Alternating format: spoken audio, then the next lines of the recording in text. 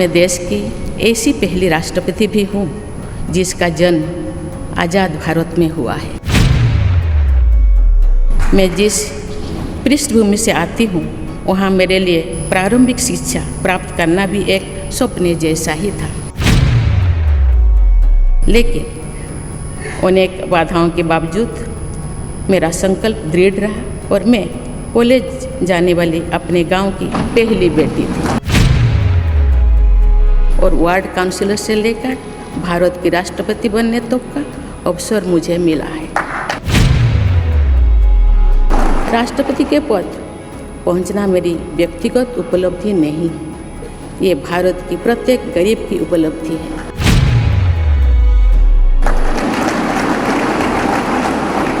मेरा निर्वाचन इस बात का सबूत है कि भारत में गरीब सपने भी देख सकता है और उन्हें पूरा भी कर सकता है।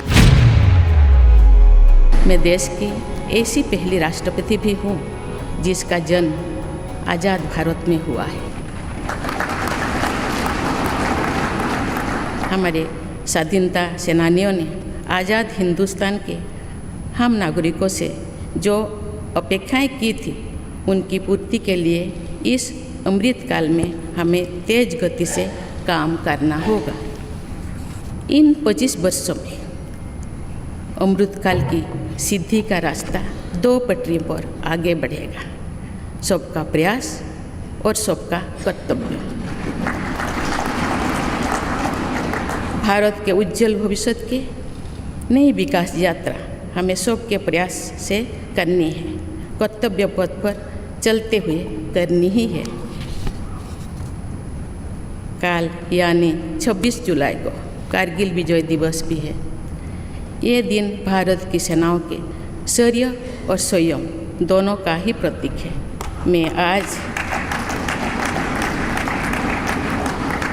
मैं आज देश की सेनाओं को तथा देश के समस्त नागरिकों को कारगिल विजय दिवस की अग्रिम शुभकामनाएं देती हूँ।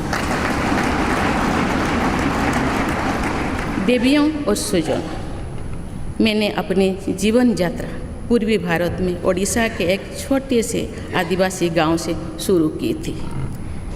मैं जिस पृष्ठभूमि से आती हूँ वहाँ मेरे लिए प्रारंभिक शिक्षा प्राप्त करना भी एक सपने जैसा ही था, लेकिन अनेक बाधाओं के बावजूद मेरा संकल्प दृढ़ रहा और मैं कॉलेज जाने वाली अपने गांव की पहली बेटी थी।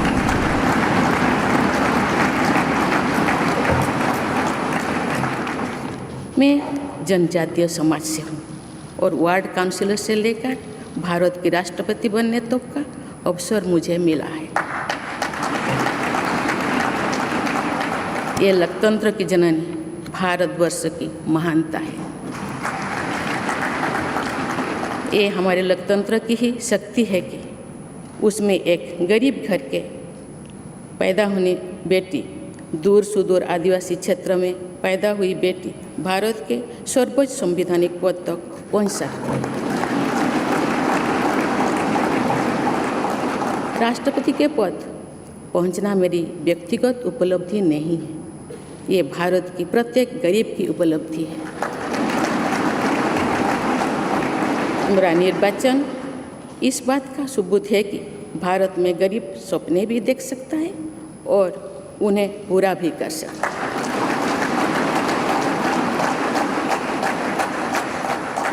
और ये मेरे लिए बहुत संतोष की बात है कि जो सदियों से वंचित रहे, जो जीवन विकास के लाभ से दूर रहे, वे गरीब, दलित, पिछड़े तथा आदिवासी मुझे ये अपना प्रतिबिंब देख सकती है।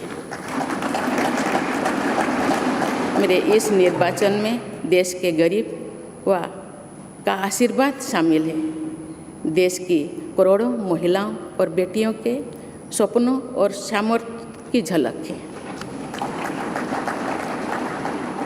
मेरे इस निर्वाचन में पुराने लीग से हटकर नए रास्ते पर चलने वाले भारत के आज के युवाओं का साहस भी शामिल है। ऐसे प्रगतिशील भारत का नेतृत्व करते हुए आज मैं खुद को गौरवान्वित महसूस कर रही हूँ। मैं आज समस्त देशवासियों को, विशेषकर भारत के युवाओं को तथा भारत की महिलाओं को ये विश्वास दिलाती हूँ कि इस पद पर कार्य करते हुए मेरे लिए उनके हित सर्वोपरि होंगे।